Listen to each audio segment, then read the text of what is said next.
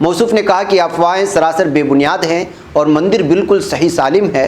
انہوں نے مزید کہا کہ اس ٹویٹ میں مذہبی تفریقے کی آگ کو بھڑکانے کے لیے انتہائی اشتعال انگیز زبان استعمال کی گئی ہے۔ ان کا ماننا تھا کہ اس سلسلے میں پولیس اسٹیشن راناواری میں ایک کیس درج کر کے تحقیقات شروع کر دی گئی ہے۔ تو ناظرین، اس طرح کے فیک خبریں اور جھوٹی خبریں پھیلا کر کے جموں کشمیر میں کس طرح دنگے بھڑکانے کی کوشش ہو رہی ہے، اس خبر سے واضح ہو جاتا ہے۔ ناظرین گرامی، لگتا ہے کہ جب سے بی جے پی آئی ہے لوگوں کے اپنے مسائل حل نہیں ہو رہے ہیں اور الگ الگ مسائل کو لے کر کے ہر طرف اس وقت جو ہے احتجاجات کا سلسلہ چل نکلا ہے۔ اب جو یہ آپ ویڈیو دیکھ رہے ہیں یا پھر جو تصویر آگے جا کر کے دیکھیں گے، یہ دہلی میں واقع ایمس یعنی all India institute of medical science کا 5000 پر مشتمل نرسنگ اسٹاف یعنی طبی عملہ ہڑتال پر چلا گیا ہے، جس کی وجہ سے علاج کے لیے داخل مریض پریشانیوں سے دوچار ہو چکے ہیں۔ دیر رات گئے اسپتال پہنچنے والے مریضوں کا کہنا ہے کہ ہڑتال کی وجہ سے ان کا علاج نہیں کیا جا رہا ہے۔ تو ناظرین، آپ اندازہ لگا سکتے ہیں کہ بھارت میں ہر شعبے کا فرد اس وقت پریشان ہے، لیکن مرکزی حکومت ہزاروں کروڑ کا پارلیمنٹ بنانے کے لیے پوری طرح سے اتاولی ہوتی جا رہی ہے۔ ہڑتال کر رہے طبی عملے کا مطالبہ ہے کہ چھٹے مرکزی کمیشن برائے تنخواہ کی سفارشات کو نافذ کیا جائے اور کانٹریکٹ پر براہ راست طور پر بھرتی کے عمل کو منسوخ کیا جائے۔ اپنے ان مطالبے پر نرسنگ اسٹاف غیر معینہ مدت کی ہڑتال پر چلے گئے۔ ایمس کے ڈائریکٹر رندیپ گلیریا نے ایک ویڈیو پیغام میں کورونا کی وبا کے دوران طبی عملے کی ہڑتال کو افسوسناک قرار دیا۔ انہوں نے عملے سے گزارش کی ہے کہ وہ کام پر واپس لوٹ آئیں۔ تو ناظرین، ہر شعبہ متاثر ہو چکا ہے۔ احتجاج الگ الگ طرح سے لوگ کر رہے ہیں، کہیں کسان، کہیں بس والے پریشان ہیں، کہیں بس کا عملہ، کہیں دیگر شعبے کے، کہیں کسان، اور ہر طرف سے تاجر ویسے بھی پریشان ہیں، اور چھوٹی تجارت والے تو دکانیں بند کر کے چلی گئی، چھوٹی فیکٹریاں تو ویسے بھی بند پڑی ہوئی ہیں۔ ایسے حالات میں آپ اندازہ لگا سکتے ہیں کہ یہ جو مرکزی حکومت اس وقت چل رہی ہے یا پھر بی جے پی حکومت پوری طرح سے بھارت کے لیے منحوس بن چکی ہے۔ ناظرین گرامی، آئیے میں آپ کو لے چلوں کلکتہ۔ کلکتہ میں مسلمانوں کی تعلیمی ترقی اور انہیں اعلیٰ تعلیم فراہم کرنے کے مقصد سے بنائے گئے عالیہ یونیورسٹی سے WBCS کی کوچنگ سینٹر بند ہونے سے طلبہ میں پریشانی دیکھی جا رہی ہے۔ مغربی بنگال سول سروس امتحان کے لیے عالیہ یونیورسٹی میں 2012 میں کوچنگ سینٹر کی شروعات ہوئی تھی، جہاں اقلیتی طلبہ کو مفت کوچنگ فراہم کی جاتی تھی۔ یونیورسٹی میں تعلیم کے حصول کے لیے آنے والے طلباء و طالبات کی بڑی تعداد اس کوچنگ سینٹر کا بھی فائدہ اٹھاتے ہوئے یہاں کے کوچنگ سینٹر نے اپنے شاندار نتائج کے باعث جلد ہی مقبولیت بھی حاصل کر لی۔ 25 اور 29% طلباء نے یہاں سے کامیابی حاصل کی اور نوکری حاصل کرنے میں کامیاب رہے۔ تاہم کورونا بحران کے باعث جہاں تعلیمی ادارے بند ہیں، آن لائن کلاسز سے تعلیمی نقصان پر قابو پانے کی کوشش کی جا رہی ہے، اور عالیہ یونیورسٹی میں بھی آن لائن کلاسز کی شروعات کی گئی ہے، لیکن WBCS کی کوچنگ کا سلسلہ بند ہونے سے طلباء میں بے چینی دیکھی جا رہی ہے، اور یہاں کی یونیورسٹی سے مطالبہ کیا جا رہا ہے کہ کسی طرح سے WBCS کوچنگ کی شروعات کریں تاکہ طلباء اور بالخصوص اقلیتی کمیونٹی سے تعلق رکھنے والے طلباء اس سے بھرپور استفادہ کر سکیں اور ان کو نوکری مل سکے۔ ناظرین گرامی، آخر میں ایک اہم ترین خبر جو اسرائیل کو لے کر کے روحانی نے بیان دیا ہے وہ رکھتے ہوئے اجازت لوں گا آپ لوگوں سے، اور وہ یہ ہے کہ ایران کے صدر نے سوموار کو پہلی بار دو ٹوک انداز میں الزام لگایا کہ گزشتہ ماہ ایٹمی سائنسدان محسن فخری زادہ کے قتل میں اسرائیل ملوث ہے۔ یہ الزام ان اطلاعات کے ایک روز بعد عائد کیا گیا ہے جن کے مطابق مبینہ ایرانی ہیکرز کی جانب سے اسرائیل کو ایک بڑے سائبر حملے کا سامنا کرنا پڑا ہے۔ ایرانی صدر حسن روحانی نے پریس کانفرنس میں صحافیوں سے گفتگو کرتے ہوئے کہا کہ اسرائیل نے امریکی صدر ڈونالڈ ٹرمپ کی انتظامیہ کے آخری ہفتوں میں مسلح تنازع کو بھڑکانے کے لیے فخری زادہ کو قتل کیا، لیکن انہوں نے اصرار کیا کہ ایران فوجی حملے سے باز رہے گا اور اپنی مرضی کے وقت اور مقام پر اس قتل کا جواب بھی دے گا۔ حسن روحانی کا کہنا تھا کہ ٹرمپ انتظامیہ کے آخری دنوں میں صہیونی حکومت کی جانب سے کیے جانے والے اس قتل کا مقصد عدم استحکام پیدا کرنا اور جنگ چھیڑنا ہے۔ ایرانی حکام اسرائیل کے لیے صہیونی کا الفاظ ہی استعمال کرتے ہیں۔ یاد رہے کہ ایران اسرائیل کو تسلیم نہیں کرتا ہے۔ واشنگٹن میں اسرائیل اور اس کے سیاسی حلیفوں کی ایما پر ٹرمپ انتظامیہ نے اپنے پیشرو براک اوباما کی ایران کے ساتھ سال 2015 میں ہونے والے جوہری معاہدے کو چھوڑ دیا تھا، اور تب سے اس سے زیادہ بہتر معاہدہ کرنے کی کوشش میں ایران کے خلاف زیادہ سے زیادہ دباؤ کی مہم جاری رہی ہے، اور یہ ساری چیزیں آپ لوگوں کے سامنے وقتاً فوقتاً ہم پیش کرتے ہی رہتے ہیں کہ کس طرح کے مذاکرات ہونے ہیں۔